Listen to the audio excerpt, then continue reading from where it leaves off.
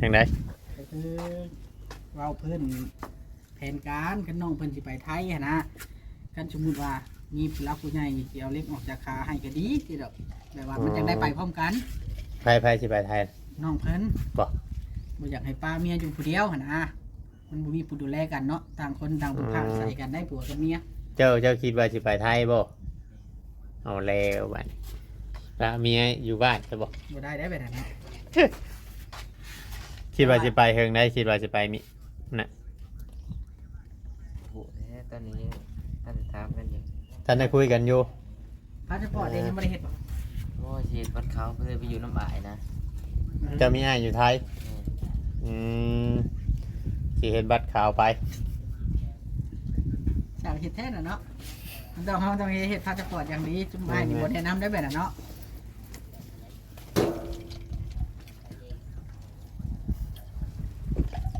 บ่จอย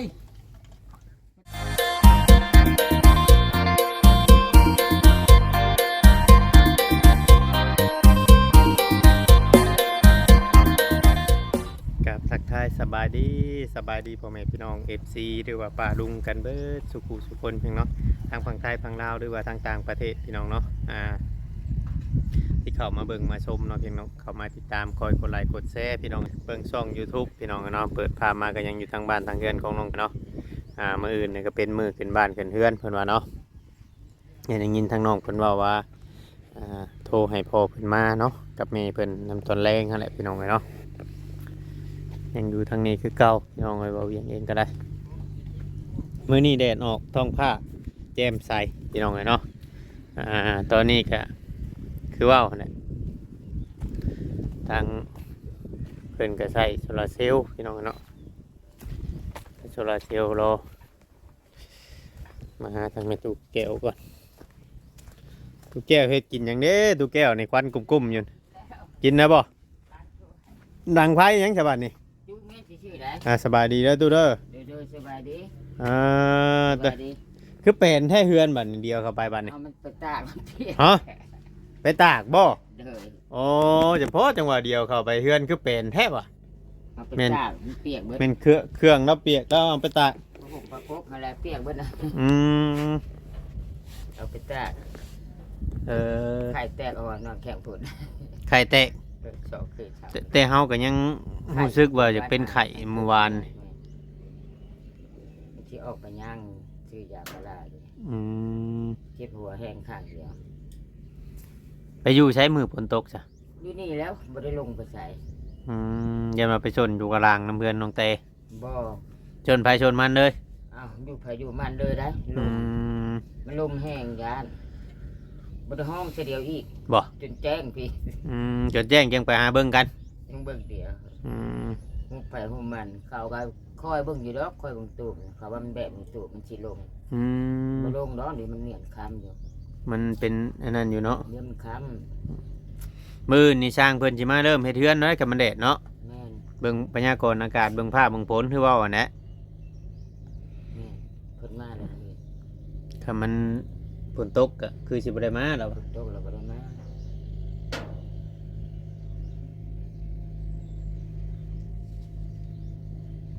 น้ำนี่ก็ไทยก็ได้น้ำเนี่ยเนาะเผาไทยเผาหยัง แม่นแม่น ก็ วันกาวันหยังผู้เริ่มตกแล้วก็มีตกกาแล้วก็มี บ้านนี่ก็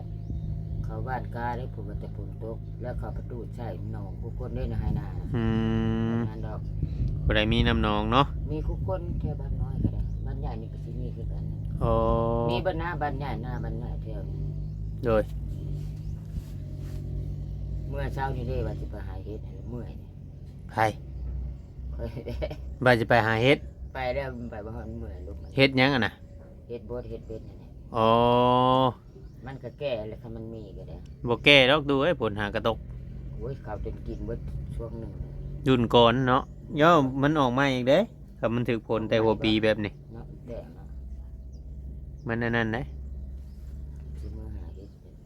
คือเชื่อบัดว่ามันแดดๆเนี่ยผัดลบคืน ทางสาวนางเพิ่นไปใช้ก็จะบ่อน อันเมื่อไปช่างดอกบ่คือเป็นหยังบุรอ้ายน้องเรานะที่พังไทยนะ อ๋อเรามีเอ้ยน้องฝั่งไทย มีแล้วอาบอกคือว่าอา อื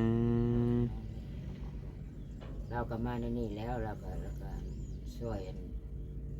น้องแต่ มื้อเช้านี้บ่ โดยเอาเงินช่วยจำเป็น อื เรา ม เอานิเทศนังเชียนหนังสืออยู่กวาง อ๋อ ขี่รถสาธารณะอีกเราเอานะ โดยว่าง่ายๆว่าเรามาอันขึ้นมาเดิงน้องเตไปหาขึ้นเฮือนนี่เรามาบ่แล้วเนาะ เราช่วยแล้วเราบ่ได้มา โดยมาบอก มื้นี้ก็ฮอดอยู่ดอกแล้วว่ามื้อนี้กันสิฮอดแล้วว่าก็สิไกลเติบแล้ววะฝั่งไทยจะอยู่ใส่แล้วบ่ อืม เอาลูกเมื่อนำเลยจ้ะ ลูกเรานะ เอาเมื่อนั้นอีหลานดิ อ๋อผู้น้อยนะ ผู้น้อยนี่ โอ้ ผู้ใหญ่ก็บ่แม่นไปเฮ็ดเวียกแล้วอะ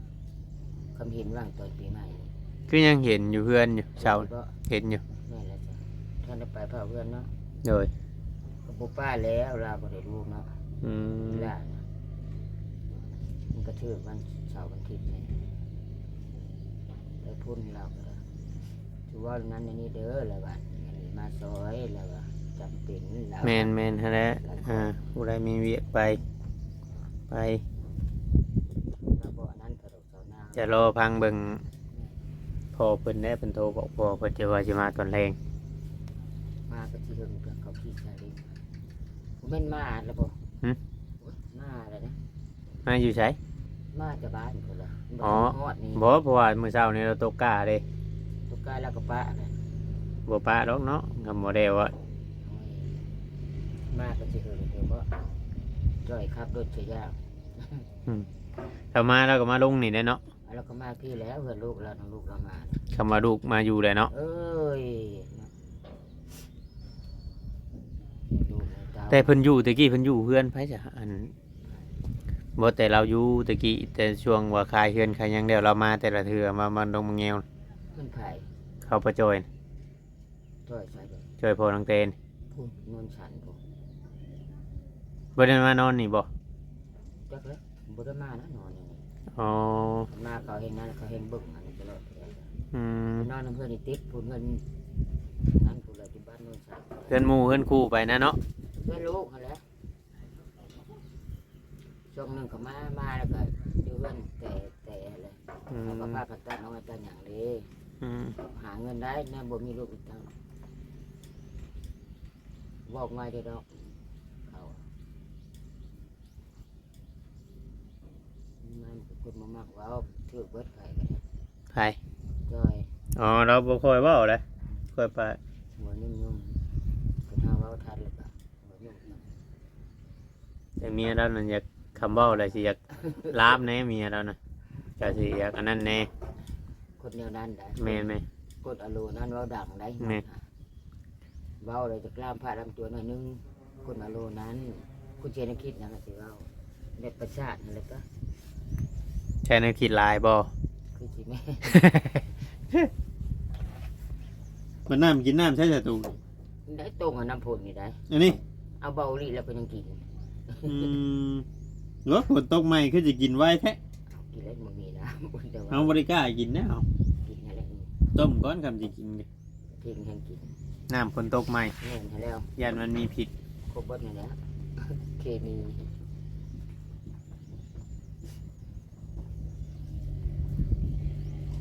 ย่ำฝนก็แม่นกินน้ำฝนบ่ กินน้ำพ่นตกเอา อืม ใครดอกอันนี้ก็ไว้ใช้ทุกนี่ว่าเบาดีว่าเจ้าน้ำที่เจ้าว่างไหนล่ะโดยสุดแล้วมันอย่างไร พุ่นเจ๋หัวพุ่น จะว่าเท่านั้นละ มือได้จะเพิ่นสิมาเจาะ เอาขึ้นก็เฮ็ดตุ้มแล้วไปแล้ว อืมโอ้เฮาว่าคำว่าสิเจาะอยู่เจมุมเบื้องนั่นน่ะพรมทันได้ปลูกเพื่อนนี่รถจังเข้าง่ายในความคิดของเฮาอันนี้เฮาเว้าซื่อ เจ้าน้ำใส่นะ เอ้าบ่แม่นว่าน้ำใช่ดอกตู้เอ้ยสมมุติว่าเจ้าตั้งเฮือนขึ้นแล้วนี่รถมันสิเข้าเลือกปานที่ยากเด้ อยู่นี่ก็คือก้าวต้องไกลกันดินตอน ต้องใกล้หมองเก่าหรือว่า มันเป็นน้ำชางเจาะบอกคือว่าในไรก็ เป็นน้ำดินนะ บางเทื่อบางทีก็เจาะอยู่พี่ก็ได้ไกลๆเฮือนเจ้าหมองนี้รถนี่ เพื่อนตัวใดอีกบัดนี้ ตัวนี้ สมมุติว่าเพิ่นปลูกอยู่หั่นก็เจาะอยู่หมองนี้รถ เพื่อนสิเฮ็ดกระไฟมานี่ดิกระไฟเพื่อนเรามานี่ เอาเฮ็ดขี้ไผเฮ็ดเรือนครัวตัวนี้เพิ่นสิเพิ่นสิมางออกตัวนี้เนาะแต่เพิ่นสิเฮ็ดให้ไหม้เรือนครัวเนาะ นี่นั่นแหละนี่ก็เฮ็ดให้ เพราะว่าการเจาะน้ำเนาะเพราะว่ามันต้องเจาะเอฟหัว ก็จะเฮ็ดอยู่ว่างพุ่นแล้วนะ อยู่คำนั่นก็อยู่เจอยู่พุ่นเลยผู้ โอ้ยเสียดายในห้องน้ำนี่แหละเนาะเพราะบ้านเป็ดยางมามันดูกลางโพดมันควงแล้ว มันควงนี่นะความผิดเลยเด้อ มันเปลืองพื้นที่ นี่บ่จื้อ ถ้าว่าเจ้าเฮ็ดเอฟหัวชิดหัวพุ่นก็สิได้ มันบ่จื้อรักแดดก็ช่างก็บอกก็เจ้าเฮ็ดแต่พุ่นเนี่ย อืมมันบ่จือเขตแดนเนาะ ย่ามันเนาะ ใช่อยู่ดอกตู้เอ้ยใช่อยู่ดอกใช่กว่าเฮาไปหาอยู่ตามชวนน้อยชวนหยังน้ำปลาน้ำหยังตะกี้ดอก อยู่น้ำปลาน้ำดงเลย จากมือใดหมู่ชายเฮานี้ อันนี้มันว่า ตายกาเพื่อเขาสิหาทางเข้าไปหาศพมา โดย ผู้ไปช่วยน้ำช่วยในกาจงกายเบิด อืม ยังไม่ประทันจัดดี นี่ยังว่าเฮามาอ่าอยู่พื้นที่อยู่ดินอยู่รอนของเฮาสมมุติว่าเป็นเจ้าน้ำเจ้าในให้แล้วเฮาปลูกผักปลูกหญ้าปลูกมะพริกมะเขือ ได้หัวแล้วก็ปลูกบนหน้านี่ แม่น มันยามนี่ชื่อได้อันบ่าวคำไฟอันมันว่างนี่ อืม ยามนั้นจะบ่เห็นเป็นเทพจุดนั่งแล้วดอกไม้คอยดอกละเฮือน อืม มัด10,000ก็ไปขายยามมันชิ้น โอ้ 3 บาทนะเจะปลูกกกดอกดาวเฮือง โอ้ยขอยอันนี้มันไว้ผมนึงหน่อย อืม เลือดที่ปานนี่ก็แม่เลย ยามนั้นมันเฮาบ่ได้ ขวาตรง มีน้ำมันนั่นเนาะ มันบ่ได้ยากมันเป็นเอง ยามนี่แต่เฮาสิปลูกก็คือว่าได้น้ำบ่มีแล้วมันก็ตาย น้ำก็หดได้อยู่ ขนาดตัวเฮาเองก็ ยังสิบ่รอดเลยเนาะ แม่ยามนั้นอาศัยน้ำผลแล้วมันตะกกใหญ่ๆสูงเหลืองเปื้ออยู่แล้วคอยมาได้ใส่กันที่ข้าบอกยากถึงตัว แม่น เขามาลิดน้ำตาลดอกเดือดมาหลายเขาบอกมาปลูกต้องไม้ขายก็ได้ โดย ชิโน่คือกันอยู่บ้านไส้อุดมกันมักบวกมักล่ะ อืม อันนี้มันบ่มีน้ำคันมีน้ำมีนายเหมาะสมเม่นว่านานพักที่หนานก็ที่ค้าในแท้กระทรงชำนานกินก็ได้ให้บริชื่อคนนะคันมีน้ำพุดน้ำหัวนะ โดย มักพิษบางมากก็เบิดบริมีเลาะหัวเลาะคอ อืม หัวแบะกินบริอยู่งาน เห็น พอได้เด็ดอยู่ได้ อ๋อเพราะว่าข้างนี้มีแต่นางบัดข้างทางนี้บ่มีเนาะบ่มีแต่นางมันได้ข้าวไร่แบ่เนาะ เข้าเบิด อืม เข้าได้เบิดนะ บ่ทางแต่นางนี่มันสิข้าวได้ใช่บ่ พักตูหัวได้ซะตอนนั้น ดูหัวหมองไหน เดี๋ยวมันมีหัวได้เนี่ยนี่ใส่กระเจพูด อ๋อ เดี๋ยวได้งางเลยซะในคุณ อ๋อคนเข้า งาง เจ้าบ่อยู่ตอนเว้นมันบ่ บ่ตอนนั้นบ่ได้ช่วยอยู่ อ๋อ พุ่นอยู่พุ่นหาอยู่หากินอยู่พุ่นอยู่นี่ปกติแต่ยามพุ่นปีใดกะ แต่ละปี แต่ละปี ก็แต่ว่าเพิ่นชื่อดินให้แล้ว แม่น อืม มันบ่มีน้ำเลยจ้ะคันมีน้ำพุ่นมันยังต้วงไว้แล้วตื่นแล้วเมื่อแต่เช้ากับหลานมื้อค่ำละมาขายห่างคันนี้ไปนานา โดยโดย บัดนี้มันบ่มีน้ำพุ่นแล้วก็อยู่พุ่นเลย โดย 3-4มื้อมาจอบ1 บาทอาทิตย์1 2อาทิตย์มาจอบมานั่นแหละ โดย มาจอบซื่อๆได้บ่ได้นอนได้ โดย แบบนั้นดอก อืม บ่แม่นดอกนั้นนี่ผู้ประจักษ์โอ้ยน้อยเล็กก็เฮือนโตดินโตก็โอ้ยใครบ่ฮู้น้ำน้อยเล็กก็พู ทีละละอัน ที่ใด มีทางเงิน อืม เอื้อยจูดี้เพิ่น เออ ทางเมกงมาดีบ่ สาธุยังว่าเพิ่นหา เพิ่น ต้ชาติยังว่า ซอยเจ้าให้เจ้ามีเงินมีชาน พอได้อยู่ นั่นแหละ พอมันหูมันตาได้คันสิเว้าเนาะ โดย ไข่ตลอดแบบนี้แหละนี่ กับมันพระอาจารย์เนาะผู้ชื่อดินเนาะ เออ พระอาจารย์ ทีมงานบ่แซ่ แม่นพระอาจารย์เด่นดวงเฮาเห็นเพิ่น บ่ เข้ามาชื่อให้เจ้าตอนน่ะ แม่นบ่ แม่นชื่อดินให้เจ้าตอนน่ะ บ่ฮู้ชื่อ ทาง บ่ บ่ ได้คนละคนไหน ทางเบาต้าแล้วว่าเข้ามาน่ะ แม่น อ่ะ แม่นบ่ล่ะ แม่นอีกคนละคนที่เฮาจื้ออยู่เฮาเบิ่งคลิปคือกัน เออชื่อเพิ่นเด่นดวงบ่ โดย แท้กระเจ้าคือว่าพระอาจารย์จอง ฮะ อาจารย์จอง จันโจ จองว่าอาจารย์จองชื่อเพิ่น จังหวายแล้วจักยันชื่อแท้ชื่อบ่แท้เฮาก็บ่ได้ เนาะ เห็นเพิ่นมาตะ ออ เพิ่นก็มาคือกันบ่แม่นบ่ตอน มาแล้วเพิ่นแล้วพามา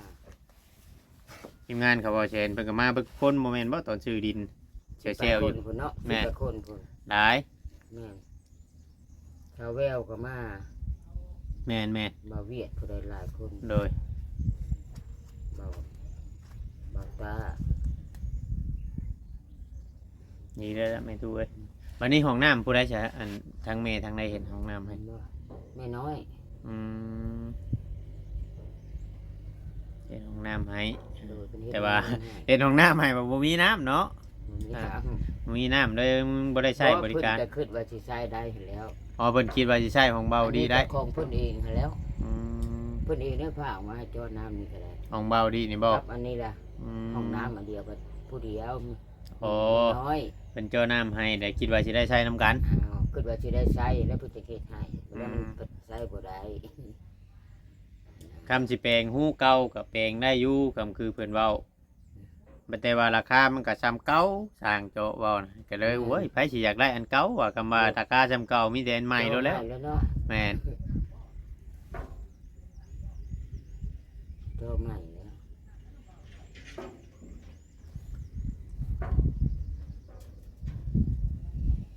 แต่ก็ซ้ำเก่าเนาะ โดย นี่อันสร้างมาเจาะนี่ครับอันนี้ก็จะมีผาอัดมีอย่างเนาะ แม่น มีผาอัดสร้างนี่ก็อยู่ในบ้านใช่ เฮาใช้บริการเพิ่นก็บ่แม่นหาหน่วยแล้วบ่จักที่ว่าเวียงเคยใช้บริการ บ่ สร้างผู้นี้ เออ แต่ว่าเฮาก็ เออ มันโดนๆใช้เพิ่นแต่นึงแบบนี้นะ เออมาเวียงเองมาเป็นผู้อันนั้นอันนี้ ตัวนี้เบาจิตเอามา บาจิตบ่เออบาจิตเอามา โดย อืม ว่าแต่บอนอื่นนะอยู่บอนอื่นนะ เออ อยู่บอนอื่นก็ใช้เพิ่นเดือยอยู่ รถอะไรรถพี่น้องที่ต้มรถไทย อืม รถอันนะ โดย คนนะอยู่นี้หู เด้อ รถนะคันว่าใหญ่เชโนเท่าอีเชโนนี่ เพราะว่าเราเมื่อเจาะอยู่แถวบ้านเฮาเราก็เมื่อเจาะหลายบ่อยู่เด้ แม่นคากได้แบบป้าแล้วนะมันบ่ได้ดีดบ่ได้ดงบ่ได้เพียงนะ โดย กำเฮาดึงก็สองชาวบ้านก็ออกจาก คำผู้ใดเฮาเคยใช้บริการก็บัดมันเป็นหันเป็นนี้เฮาให้เพิ่นมาแก้มาชมกับเพิ่นรับผิดชอบ ภายในปีนี้เนาะ บางเทื่อ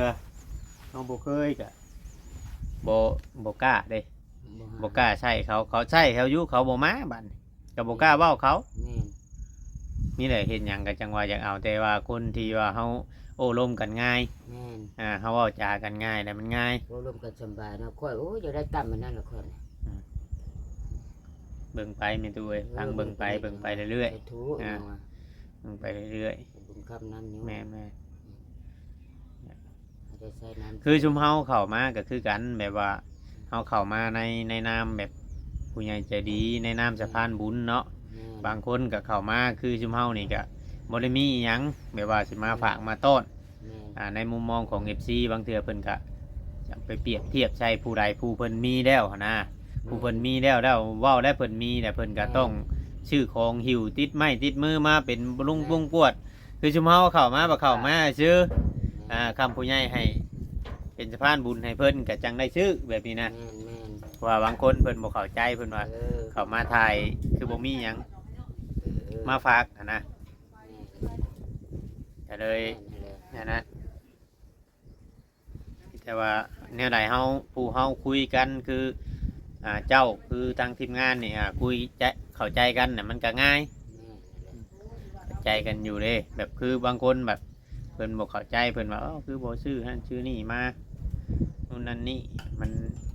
ตามกำลังเนาะไม่ตู่เนาะก็คือสิเข้าใจกันอยู่แล้ว แม่นี่เข้าใจอยู่แล้ว โดย คันผู้ใหญ่ใจดีเพิ่นบ่ภาคมาเพิ่นสิเอาหยังซอย แม่น นั่นแหละว่า แต่ว่านี่แหละทางเอื้อยเพิ่นก็สิได้เฮ็ดดำเนินการพังเบิ่งมื้ออื่น เพิ่นก็ล้มกับเบาเวียงอยู่โอ้ย่านนั่นฝนตกเลยเสียเทือนเมตุแก้วนี่เพราะว่าเมื่อวานนี่เบาเวียงถ่ายคลิปฝนตกเลยเมื่อวานถ่ายอยู่บ้านโอ้ยมันบ่ตกตลอดปานใดดอกยามนี่มันยังบ่ทราบว่านั่นมันปานใดเนาะ แม่น แต่มันก็มีมือตกมือโบแต่ยังไล่อยู่ดอก เขาขับมือเดือน4วันที่25แล้วเนาะมื้อนี้ โดย เดือนลาวเฮาก็เดือน6แล้วเด้อนี่ แม่น ออกใหม่แล้ว เดือน6แล้วเดือนลาว บ่ เฮา ปานใดนะพุ่นก็ได้ พังเบิ่งกันแลดูเว้ยแต่ละปีมันบ่คือเก่าคู่มือนี่ เนาะ โอ้นังเทื่อก็มาก็แบบเป็นตาย่านคือว่าได้หลังกอกหลังคาไปโอ้ย จักสิว่าแนวใด จนบ่ได้นอนหลังคาเปิดหลังคาปิวเถียงหักดิฉันก็มีเบิดจังว่าย่านฮะ แล้วก็มาอันเด่นน้ำอยู่ดิอันอายเราดิแกอายน้องแกนบ่โอ้ย มันมาได้จะฆ่าน้องมันมา ฮะ จะฆ่าน้องมันมาอยู่มันบ่ได้มาแล้ว บ่มาได้คือเห็นในคลิปเขาบ่จิตอยู่ว่า ผูกเพื่อนน้องมันพูด โอ้บ่ได้มาหาเจ้าซื่อ บ่ได้มาได้มันการกบการเครียดดิฉันมันคนให้น้องมันได้ อ๋อ ม อืมแต่กี้น่ะมาอยู่แต่กี้เนาะ เอานี่มันเป็นว่ามันก็มานะมันมีบรรยุมันกินแล้วน้องมามันก็ดีใจแล้วเนาะ โดย ก็หานี่ซับนั้นแหละมันก็หาหันนั่นนี่ให้อง คนนั่นให้เนาะ อืมดีใจได้น้องมา โดย จะได้เบิ่งมันน่ะมันบ่ได้เหงา ถ้าก็เว้านำคนแบบนั้นปกติอยู่บ่ ไผ อายแล้วนะข่อยยังบ่ เป็นดิฉัน เฮาบ่เคยเฮาบ่ได้เคยดมกับเราจักเทื่อ อ๋อมักแอนมักลมมักมันมักเคืนเบิดอาหาร อืม มีสายแบบลื่นเลยนะ อืม แบบบ่ใช่แนวคิด โดย มันก็ดีอยู่มันสิเป็นหยัง อืม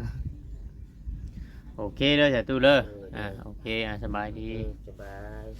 มีแต่ว่าพังเบิ่งเนาะถ้ามาฝนบ่ตกมื้อนั่นก็จะได้เห็นแหละทางแม่ตู้เพิ่นได้อันนั้น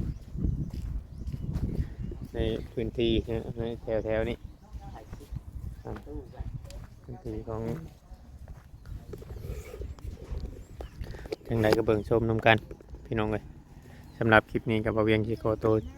จบไว้ก่อนผ่านการใดก็ต้องกราบขอโทษขออภัยขอกล่าวคำว่าสบายดีพี่น้อง